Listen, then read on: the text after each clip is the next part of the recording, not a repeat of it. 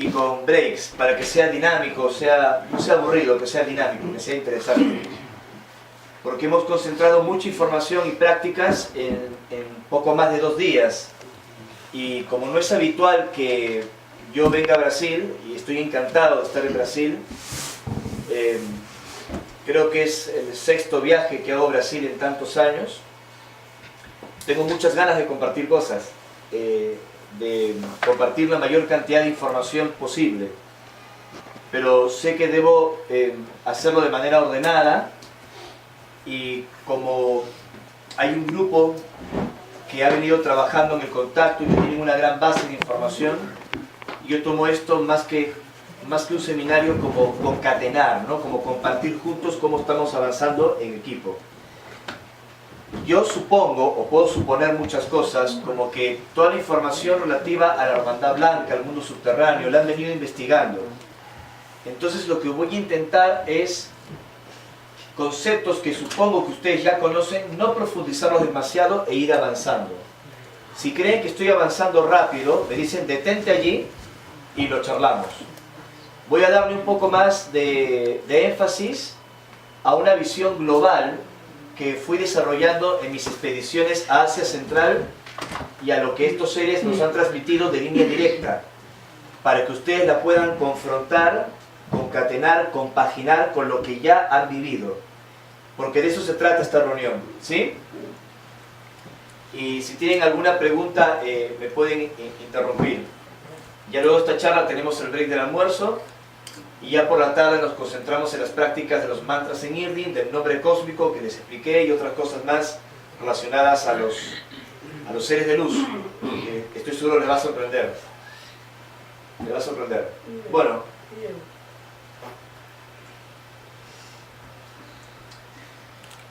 Este es un símbolo que personalmente significa mucho para mí, no solo por mi actual función dentro de lo que es el movimiento de la bandera de la paz a nivel internacional. Antes de ser invitado por el Comité de la Bandera de la Paz, que es una ONG de Naciones Unidas que preserva el legado de Nicolás Roerich, yo venía trabajando con el mensaje de Roerich desde que lo conocí en la Logia Amorc de Lima, cuando era un muchacho de 18 o 19 años. En la biblioteca de esta logia esotérica estaban los libros de Roerich, y yo examinando la biblioteca, el primer libro que cojo de allí, que tomo de allí, es Corazón de Asia, un libro que me fascinó, porque hablaba de sus expediciones a Asia Central, y allí es donde comenta el incidente del OVNI que les compartí hace un momento. Desde mi primer libro, Los Maestros de Paititis, he citado a Roerich, pero me concentré más en sus expediciones, en todo lo relacionado al contacto que él habría tenido con estos maestros. Pero unos años más tarde empecé a adentrarme en el misterio de este símbolo. Es un símbolo cósmico, es un símbolo universal, que es respetado por los propios extraterrestres, que fue traído a la Tierra, que se desprende de una historia fascinante, y que está presente en la propia estructura de muchas cosas que ocurren a nivel molecular o subatómico en la naturaleza. Se le conoce como Chintamani. Ya expliqué el otro día, Chinta, pensamiento profundo en sánscrito, y Mani, joya preciosa. Es un símbolo que representa una especie de santo grial cósmico, con el cual se habría fundado la mítica Shambhala. Empiezo con ese símbolo y con ese símbolo terminaré. Pero explicaré muy brevemente cómo me introduje con el tema de la Hermandad Blanca. Luego de los contactos a los que ya hice referencia, los avistamientos OVNI y los encuentros que vivíamos con estos objetos en los Andes o en el desierto de Chilca, lugares que ustedes habrán oído mencionar, que están tan relacionados al contactismo, recibimos la invitación de estos seres para hacer una expedición a la selva amazónica, a las selvas del Paititi. En esa época se habían hecho 3 expediciones a la selva, una el año 89, una el año 90 y una el año 92, la última hecha por uruguayos. Las dos anteriores, una expedición básicamente peruana con algunos miembros de otros países, gente de Brasil, de Honduras y de otras naciones. Me refiero a expediciones de grupos de contacto, porque a Paititi, a este lugar emplazado en la selva peruana, ya habían acudido otros grupos de contacto y otros investigadores desde los años 50. La invitación la había recibido a través de un ser que apareció en mi propia habitación, una proyección holográfica. Decía llamarse Alcir, a mí me sorprendió, me dijo que me preparara para que al año siguiente, en 1996, acudiese a la selva y lo conociera físicamente. Recuerdo que llegó el mes de agosto del año 95, la experiencia con esta proyección luminosa había ocurrido en mayo de ese año, y se hizo un encuentro de contacto con unas 250 personas en una playa de Chilca, que se conoce como la playa Las Brujas, porque ocurrían fenómenos curiosos. Allí había varios investigadores, vino un grupo muy grande de Brasil, allí lo conocía a Newton César, y hicimos mucha amistad. En ese entonces estaba Sisto Paz, había un grupo muy grande de Uruguay que había llegado también, creo que estaba Rafael Ulloa, había muchos grupos también de Colombia. Fue un encuentro muy bonito, uno de los que yo recuerdo con mayor cariño, por las experiencias, la confraternidad, realmente fue mágico.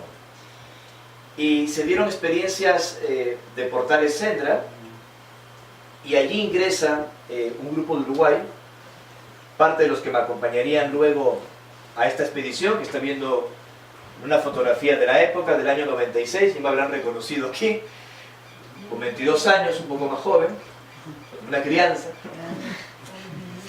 Y yendo al grano, esta mujer, Giselle Herba, había ingresado al Sendra con un grupo de uruguayos, y cuando salen, me buscan, no nos conocíamos, éramos 250 personas, me buscan, él es, ¿yo qué? Les digo. En este Sendra aparecieron los extraterrestres y nos dijeron que viene un viaje al Paititi el próximo año, y nos mostraron a un muchacho peruano con el que teníamos que ir, y nos mostraron tu rostro. O sea, buscaron en medio del campamento quién era, es él, ¿no? Y yo no había comentado mi experiencia con Alcir, que había vivido en el mes de mayo. Entonces, de esta forma, hicimos la expedición uruguayo-peruana. Yo le perdoné a Giselle que fuera a buscar el mate, porque tuvo el Sendra. Lo interesante de esta expedición, que no voy a narrar al detalle, solo comentarles las condiciones en las que partimos. Quienes leyeron mi primer libro saben que no fue fácil para mí. Yo vengo de una familia de clase media en Lima, donde gracias al esfuerzo de mis padres nunca me faltó nada. Educación privada, la casa propia, ir a los fines de semana a la playa, una familia tipo de clase media de Lima, gracias al esfuerzo de mis papás. Pero lamentablemente hubo una crisis económica muy importante en Perú, y mi padre, en su deseo de mantener el estilo de vida que teníamos, se fue endeudando, era el gobierno de Alan García, luego vino el gobierno de Fujimori. La deuda que contrajo mi padre fue tan grande que él hizo una jugada muy arriesgada de depositar nuestro patrimonio, nuestros ahorros, en un banco privado que estaba dando grandes intereses. Él lo vio como una salida. De hecho, gente amiga nuestra en la familia hizo lo mismo y le fue muy bien, pudieron duplicar su capital. Ahora van a entender por qué les cuento esto, que es como muy personal. El gobierno intervino ese banco, le puso tanques en la puerta, y Perú vivió algo parecido a un corralito, como lo que sucedió en la Argentina. De un día para otro nos quedamos sin nada. Perdimos absolutamente todo. Cuando digo todo, todo. Nos quedamos en la lona. Mi padre entró en una crisis tremenda, se desequilibró, se puso muy triste, empezó a abusar del alcohol. Mi mamá hizo un cáncer al colon izquierdo, con metástasis al páncreas. Mi familia se empezó a desmoronar. Yo, el hermano mayor, de 3 hermanos que somos, trataba de sostener económicamente a la familia en la compañía en la que trabajaba. Tenía un sueldo bastante importante, ganaba muy bien. Aún así, ese sueldo era insuficiente para ayudar a mi padre y a la familia. En medio de ese desastre, me invitan a ir al Paititi. Entonces, lo que cualquier persona racional haría es: te agradezco mucho la invitación. Está bien, está todo bien con la humanidad, con estas misiones, pero mi madre se está muriendo, como nos dijo el médico a mi padre y a mí, que le daban 3 meses de vida en el hospital. Estamos en la ruina económica. Obviamente yo no puedo arriesgar el trabajo, no me daban el permiso, para ir al Paititi tenía que renunciar. Era coherencia, el contacto con la familia, donde te necesitan. No iba a ir a buscar a un extraterrestre en la selva amazónica, mientras mi familia se caía en pedazos. Esto lo quiero contar bien porque quienes conocen esta historia dicen: pero Ricardo González lo hizo, hay que lanzarnos todos, hay que encontrar siempre un equilibrio. ¿Por qué yo fui? ¿Por qué me la jugué? Porque tuve una confirmación poderosa. Ellos me dijeron que no me preocupe, que el aspecto material y hasta la salud de mi madre iba a estar al cuidado de ellos, que todo se iba a organizar. Cuando yo recibí ese mensaje dije: es un mentalismo conciliador, mi deseo de que esté todo bien. Entonces le dije: ok, pero comprenderán que necesito una confirmación. Les pedí un avistamiento a una hora exacta, me citaron en el desierto de Chilca, fui con testigos, incluso con miembros de mi familia que no tenían nada que ver con el tema, y cuando llegamos al desierto, a la hora exacta aparece un objeto muy bajo, muy brillante, que empieza a hacer evoluciones, nos arranca las lágrimas. Dijimos: ah, entonces contamos con el apoyo de ustedes. Recuerdo que algunos miembros escépticos de mi familia, no de mi familia cercana, sino primos, porque vino mucha gente: bueno, si realmente son estos extraterrestres, que el objeto cambia verde, cambiaba a verde. Otro que cambia a vermelo, cambiaba a rojo. O sea, fue una cosa increíble. Entonces yo, con esa seguridad, con ese espectáculo que dieron en Chilca, dije: ok, me dieron ese aval, yo voy a confiar. Renuncié al trabajo, hablé con mi madre y me fui a la selva. El resto de la historia ya la conocen. El 5 de septiembre del año 96, luego de 33 días de expedición en los Andes y en la selva, que lo hicimos desde los santuarios de los hombresqueros, que son considerados los chamanes más importantes del Perú, de las montañas, con los que viví varios días allí. El 5 de septiembre tuve contacto con un hombre de rasgos asiáticos. Esto ya lo comenté el otro día. Esto es una recreación de cómo luce este hombre, que salió a mi encuentro en el muro de Puyaro, que dice llamarse o se presenta con el nombre de Alcir. Se supone que es descendiente de remanentes de civilizaciones perdidas que se refugiaron en bases subterráneas o en instalaciones subterráneas en lugares estratégicos, en este caso las selvas del Parque Nacional del Manú, que, si no lo saben, estas selvas que se atribuyen a la mítica Paititi, la ciudad perdida de los incas, son consideradas la reserva biológica más importante del planeta. Los científicos del mundo dicen que las especies y toda la reserva biológica que hay en el Manú es la más importante, la más rica de todo el planeta Tierra, de lo que se ha estudiado hasta ahora. Tan es así de que si ocurriese algo en el planeta, tomando muestras solo de esta región del Manú, se puede reconstruir el 70% de las formas de vida de la Tierra. Así que supongo que tenían alguna razón para establecerse allí. Es un lugar lleno de vida. Tengo una pregunta. ¿Posso hablar portuñol? Sí, portuñol. Tá. Paititi tem no Peru e tem também em outro lugar? Paititi es el nombre que se le da en quechua, el idioma natal de los incas, a una ciudad perdida, como si fuese un Machu Picchu en la selva, que nunca se encontró. Por eso en quechua, el idioma de los incas, Paiquiquín significa parecido, similar, parecido al Cusco, Paiquiquín, Cusco, parecido al Cusco. Se cree que la ubicación de Paititi es el Parque Nacional del Manú, la selva peruana, casi en frontera con Brasil. Sería el departamento de Madre de Dios en Perú. Eso es lo que nos explicaron a nosotros. Uma vez eu coloquei no Google Maps, Paititi, né? Porque vai que joga no Google Maps e aparece, né? No hay muchos lugares que utilizan ese nombre. Deve aparecer uma cidade do Peru. Sí, ahora hay poblaciones que se hacen llamar Paititi, hay restaurantes que se hacen llamar Paititi, hasta fuera del Perú hay localidades que aparecen en Google Maps como Paititi. No tiene nada que ver con esta historia de la selva. Restaurante en Cusco, ¿no? Y un restaurante en Cusco no en Paititi. Lo cerraron.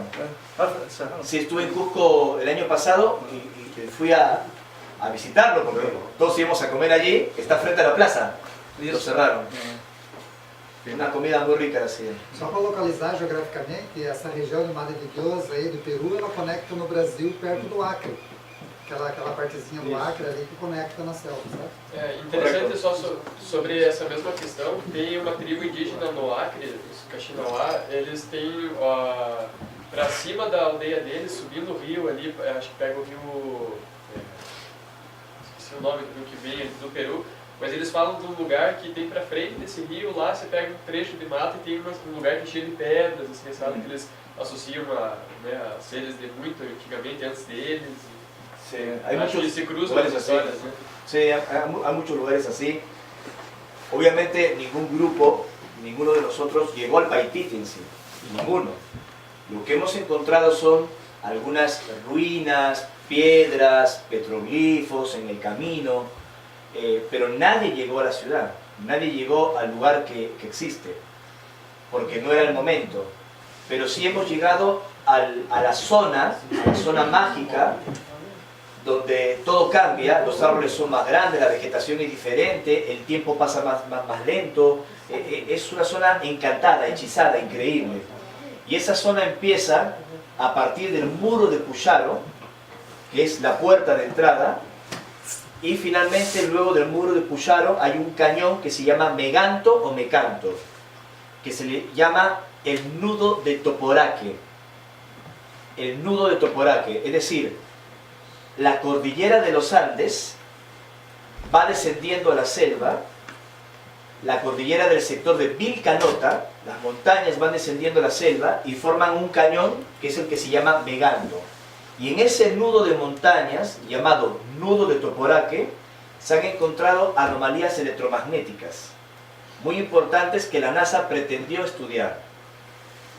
Siempre en los mapas que muestran el nudo de Toporaque están retocados o ponen nubes arriba. Yo hablé con la doctora Ada Castillo Ordinola, que era la jefa, la directora del Parque Nacional del Manú, y ella me mostró los estudios de la NASA, no me los permitió fotocopiar, pero me los mostró, los mapas, me mostró todo. O sea, tengo el aval de una autoridad muy alta de que esto sucedía.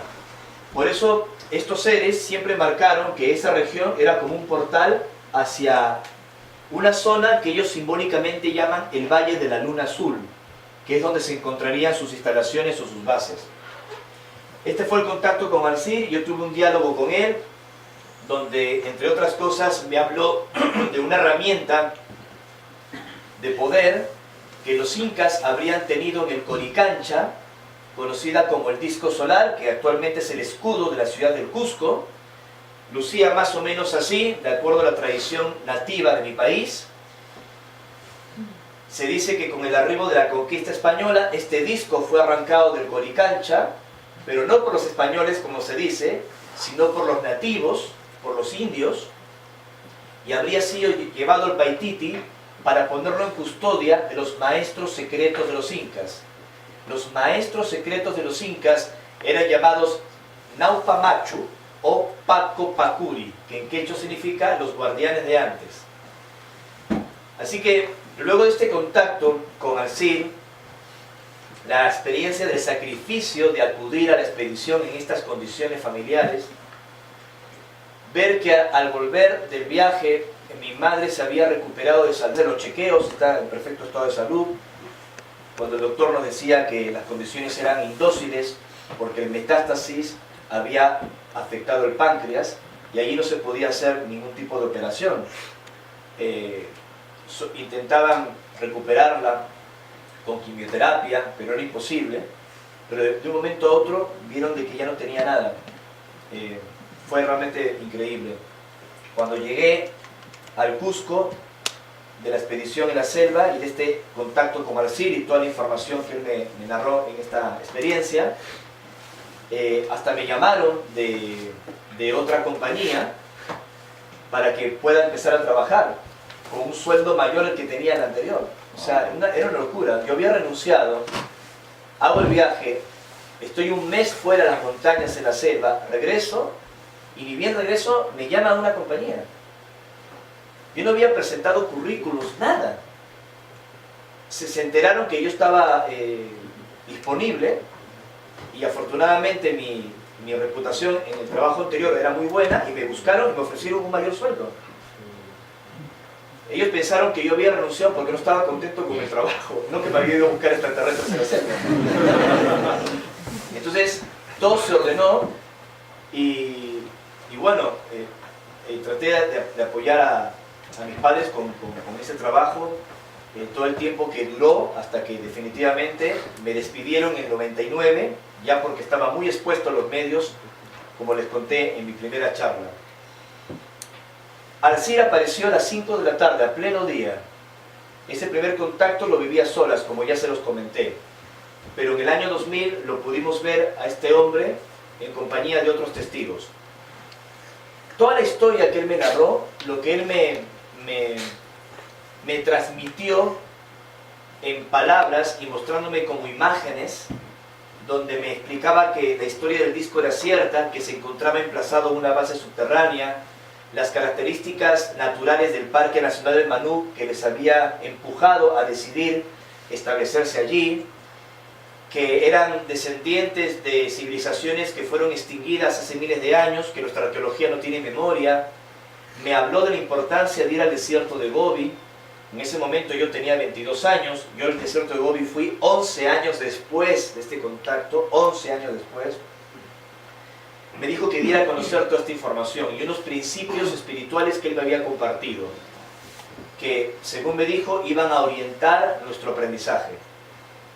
Y yo ingenuamente pensé, vuelvo a Lima, escribo todo esto, lo publico y se acabó.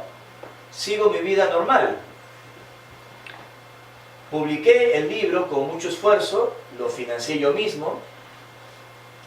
El libro prácticamente se regalaba, se fotocopiaba, los maestros del Paititi, y bueno, el libro llegó a los Estados Unidos, una fotocopia y un matrimonio en ese momento en Estados Unidos, también uruguayos. Los uruguayos están en todas partes, son 3 millones y pico de habitantes, pero en todas partes te encuentras un uruguayo.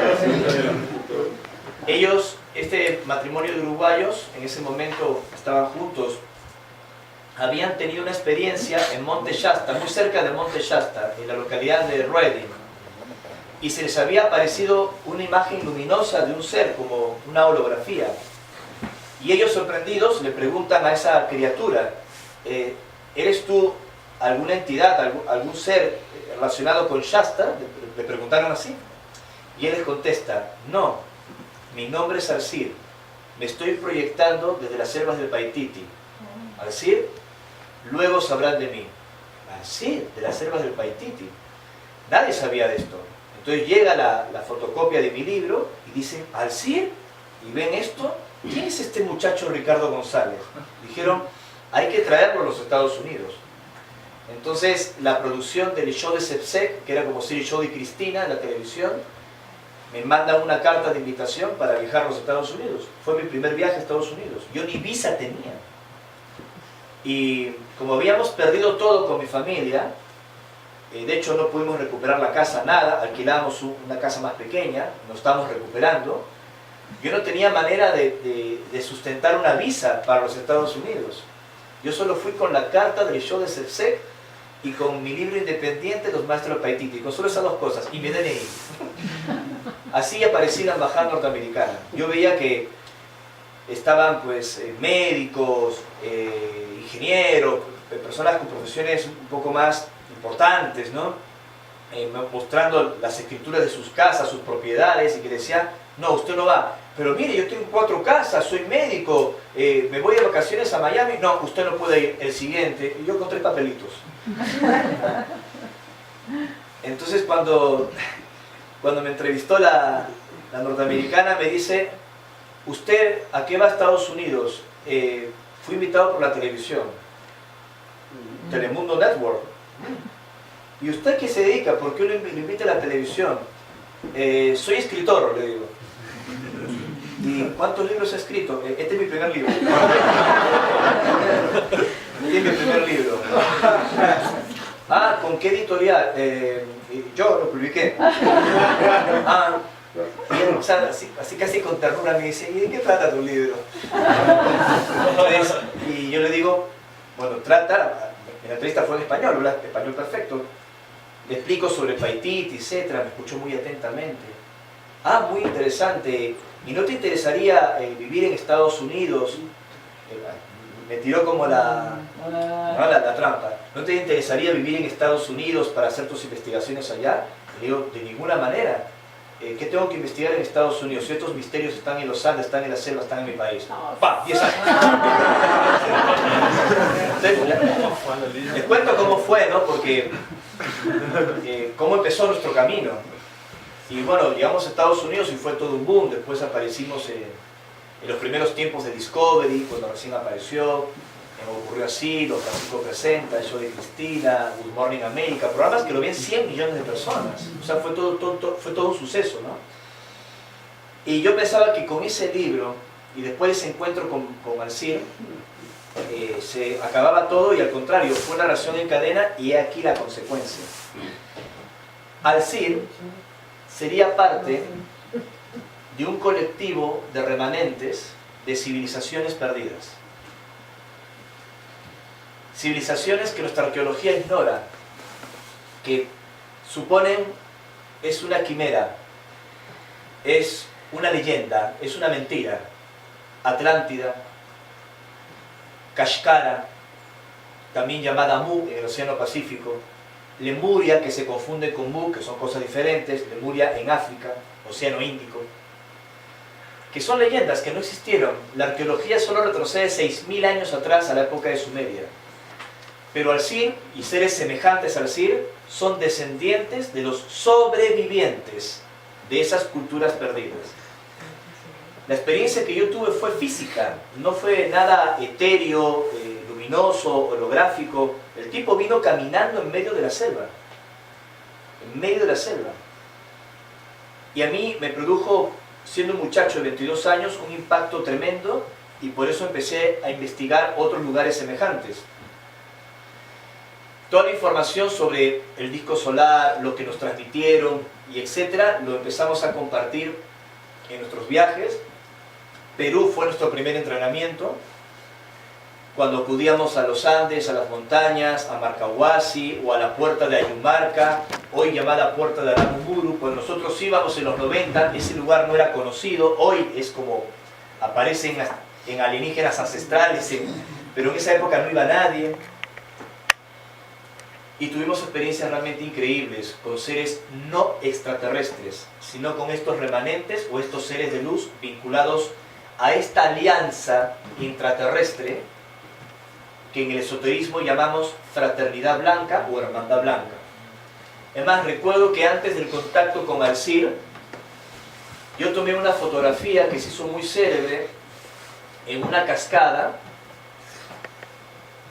Y en esta cascada, entre otras cosas, aparecieron 2 figuras extrañas humanoides que luego los propios nativos queros nos habían hablado de estas figuras como maestros que aparecían en esa cascada, como si fuera una puerta hacia el Paititi. Recuerden que son imágenes del año 96, tomadas el 13 de agosto, si mal no recuerdo, del 96, antes de descender a la selva. Unas lianas, vegetación, y no sé si notan la figura blanca atrás, que de hecho tiene las palmas en esta posición. No es pareidolia de que se está construyendo una figura y tu cerebro la trata de dibujar. Realmente hay una figura allí. Y aquí una cara, unos brazos, es una figura que está como en estado de ingravidez. Un alto Misayoc, un alto chamán del Cusco, con el que fuimos iniciados en esos años 90, le tomé esta fotografía, nos explicaba que estos seres se mostraban en las cascadas, se mostraban en las cuevas, y que eran los guardianes de Quañachuay. Quañachuay para ellos era el nombre del Paititi, era el nombre secreto, el mantra secreto del Paititi, de un idioma que ellos llaman Runasimi, que es la base del quechua. Así que, ustedes imagínense, estas figuras que aparecen en las fotografías, en la cascada, un chamán que nos habla del mundo subterráneo, de estos seres que eran guardianes que aparecen en estas cascadas de agua, que aparecen como si fueran elementales, pero no eran elementales, eran otra cosa, que aparecen en cuevas, el encuentro propio con Alcir, la convivencia con los nativos machiguengas. Yo volví cambiado, o sea, fue una experiencia muy poderosa que nos hizo viajar a otros puntos del Perú y también de América y luego del mundo, incluyendo lugares fascinantes como la Cueva de los Tallos. Tengo otras fotografías donde estuvimos 3 días en el mundo subterráneo, 3 días sin salir a la superficie, recorriendo muchos kilómetros a unos 300 metros bajo tierra, donde encontramos túneles artificiales, ángulos rectos, ciudad abandonada, por decirlo de algún modo. Esos mismos túneles también los encontramos en Monte Shasta, también encontramos referencias incontestables en el Cerro Litorco, en Asia Central. Empezamos a comprender que los diferentes lugares de la Tierra donde los extraterrestres nos habían sugerido acudir eran centros de la Hermandad Blanca, eran santuarios. Santuarios que los antiguos chamanes conocían, que los indios conocían, donde habían túneles subterráneos y donde existían portales hacia otras realidades, como nos sucedió en los viajes al Altai o a las cordilleras de Siberia en Rusia. Todo esto lo vivimos con bastante fuerza.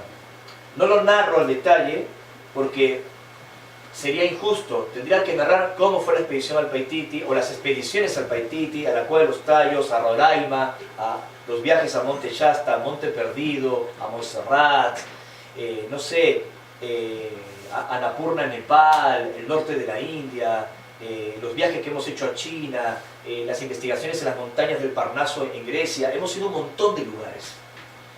O sea, no puedo narrar cada expedición, no puedo contarlo como quisiera. Pero sé que ustedes lo comprenden porque lo han vivido en Brasil, yendo a Roncador, yendo a Paraúna, que es casi lo mismo. O sea, son diferentes nodos del planeta.